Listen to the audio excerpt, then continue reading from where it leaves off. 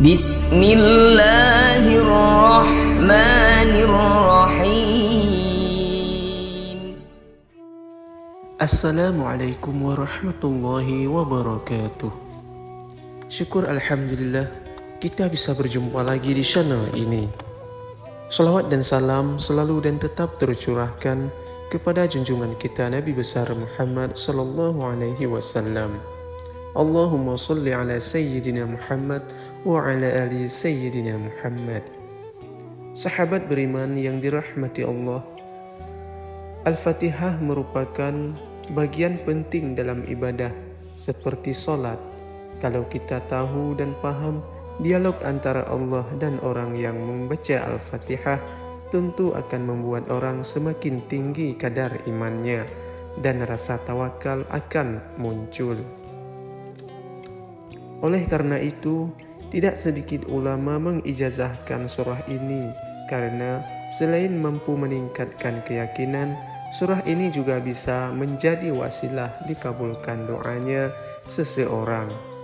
Sahabat beriman yang dirahmati Allah, ijazah surah Al-Fatihah awal mula berasal dari Syekh Abdul Qadir Al-Jailani dan mengalir ke ulama kiai dan terakhir ke masyarakat. Banyak yang perlu diperhatikan dalam mengamalkan surah ini agar doa dan harapan cepat terkabul adalah memahami isi dialog dalam surah tersebut.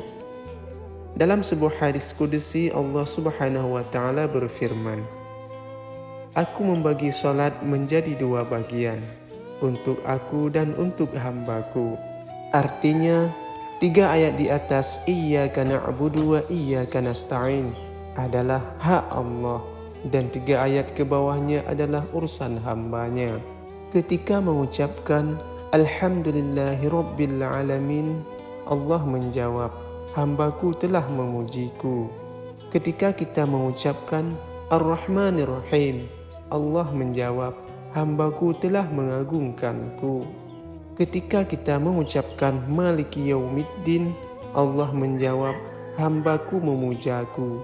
Ketika kita mengucapkan Iyyaka na'budu wa iyyaka nasta'in, Allah menjawab, inilah perjanjian antara aku dan hambaku. Sahabat beriman yang dirahmati Allah, disinilah kunci permohonan kita, karena pada titik ayat ini Allah memberi kita kesempatan untuk meminta dan Allah akan menjawab atau mengabulkannya. Oleh karenanya dianjurkan pada kalimat atau ayat ini Iyyaka na'budu wa iyyaka nasta'in dibaca berulang-ulang. Ada yang 7 kali, ada yang 11 kali, dan ada yang 21 kali. Tetapi secara umum biasanya dibaca 11 kali, lalu berdoa, dan dilanjut bacaannya. Ketika kita mengucapkan Ihdinas siratal mustaqim, siratal ladzina an'amta 'alaihim ghairil maghdubi 'alaihim waladdallin. Allah menjawab, perjanjian antara aku dan hambaku akan kupenuhi yang ia minta. Dan pokok penting yang perlu diperhatikan agar niat dan harapan sukses membaca surah Al-Fatihah ini dari awal dengan cara perlahan, seraya seakan-akan kita mendengar jawaban Allah dari masing-masing ayat yang dibaca.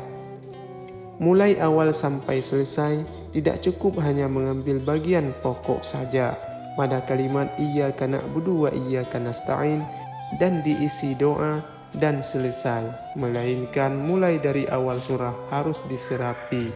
Sedangkan untuk mengamalkan surah ini, waktu yang bagus menurut para ulama pada waktu tengah malam, saat sepi dan sunyi, atau setelah solat tahajud. Semoga dengan membaca dan berdoa menggunakan surah ini, harapan dan permohonan kita diijabah langsung oleh Allah Subhanahu wa ta'ala. Amin ya rabbal alamin. Wassalamualaikum warahmatullahi wabarakatuh.